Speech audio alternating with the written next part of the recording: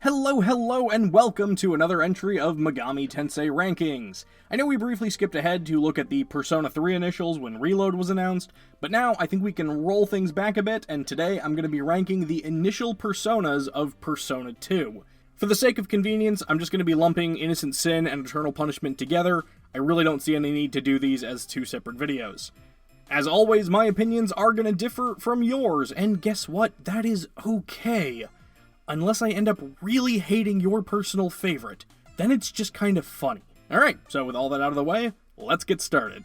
And what better place to start than with the first of our two protagonists, Tatsuya and Vulcanus of the Sun Arcana.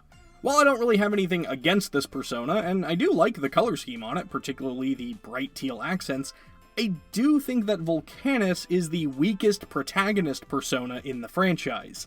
Honestly though, he's still fine, so I'm gonna give him a B.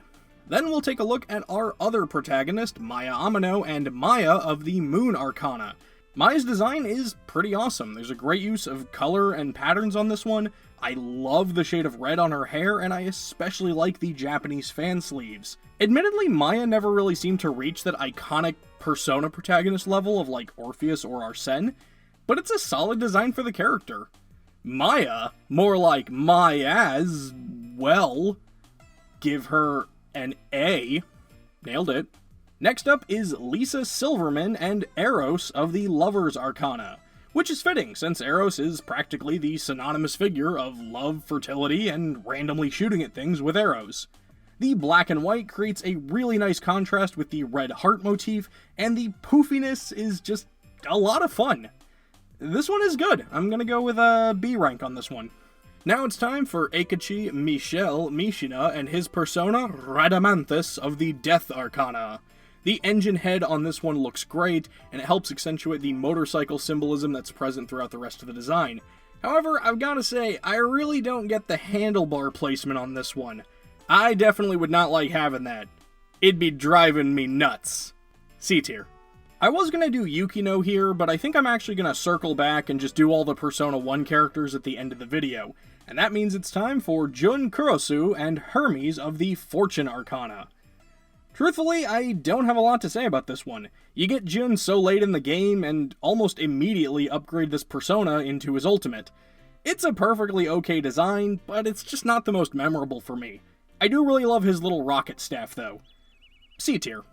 Which means we are now in the Eternal Punishment side of the spectrum with Ulala Serizawa and Callisto of the Star Arcana. I'm just gonna say it, I love this persona. She rocks. I love the red and white color scheme, I love the high-heeled shoe in the face, I even love the Kiko Shibari bondage pattern she's got going on. This is a great design that fits Ulala, works for the mythology, and yeah, it's just a great design. You know what, I haven't given one of these in a while? S tier. Yeah, Callisto gets an S tier. Deal with it.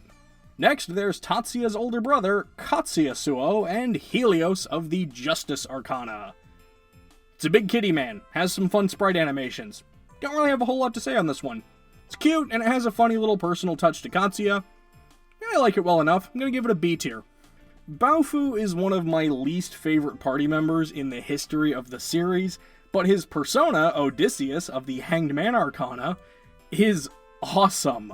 The emphasis on Japanese samurai symbolism with this Greek hero, and done in a way that makes perfect sense for the character, and like a lot of the other personas, I love the color scheme on this one. You know what? I'm gonna give Odysseus an A rank. Alright, and now all that's left are the returning Persona 1 characters. Now, because all three of these are essentially just new versions of personas I've already covered, I'll try and go through them pretty quickly and see how my ratings may have changed. Starting with Yukino Mayuzumi and Vesta of the Empress Arcana. Now, those of you that have been following this channel for a while may remember that Innocent Sin Vesta was on my list of least favorite personas.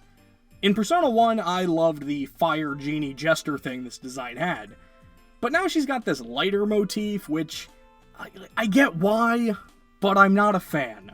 In Persona 1, I gave this persona a B, but honestly now, D tier. I think it's a really big step down. Then there's Kei Nanjo and Aizen Myouou of the Hierophant Arcana, who in the last video I gave a D, and this time, I'm also gonna give a D, but I'm gonna bump the Persona 1 version up to a C.